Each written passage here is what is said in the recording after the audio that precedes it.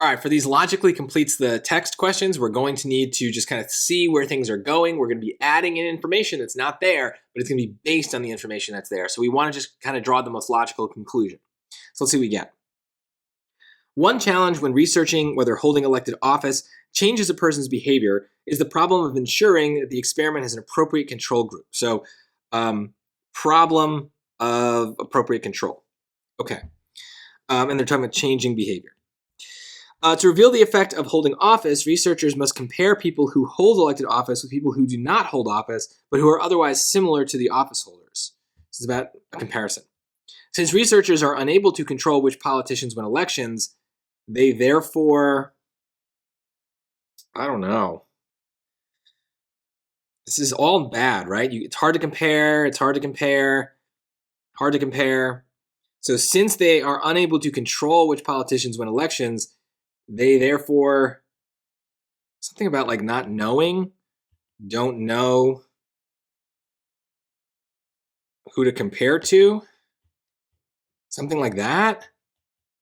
I'm going to focus mostly though on the idea of not knowing. There's something they don't know, something they can't control, something bad here. So let's see what we can get. They therefore struggle to find valid data about the behavior of politicians who do not currently hold office. Okay. Well, that struggle part seems good. I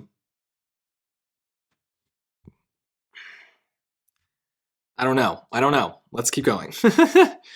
They can only conduct valid studies with people who have previously held office rather than people who presently hold office.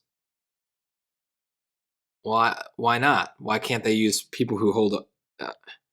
All right, so here's what I'm doing. I'm starting to notice a difference.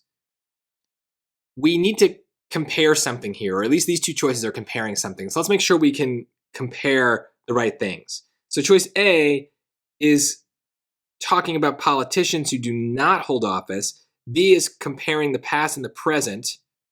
Okay. C, they should select a control group of people who differ. They therefore should select a control group of people who differ from office holders in several significant ways. Well, I don't think so. The whole point here is that we're trying to compare people. So why would we want people who are different? I don't think that that's right. That seems wrong. They will find it difficult to identify a group of people who can function as an appropriate control group for their study. Okay. This is it. And I didn't really know what I was looking for until I found it. But this is definitely it. The reason is that, think back to what we were talking about. Look what I highlighted earlier, right? The challenge is ensuring that the experiment has an appropriate control group. And look at D. They find it difficult to identify a group of people who can function as an appropriate control group. Right? So the problem, we're talking about the politicians, but the real problem is finding people to compare to the politicians. So bringing back the idea of a comparison that I was talking about for A and B, notice what was being compared there. In A, we're comparing politicians kind of to other politicians. The politicians who win elections, which is in the passage, to the politicians who do not currently hold office. We're not trying to compare politicians to other politicians. We're comparing the politicians to other people, to the control group. So that's the wrong comparison. B, same thing. It's comparing politicians who previously versus currently hold office, but that's not the issue. The issue is, who do we compare those politicians to? So D is getting us back on track of getting the idea of a control group. And so, yeah, I had a lot of trouble coming up with a dumb summary or a guess of where this passage was supposed to go.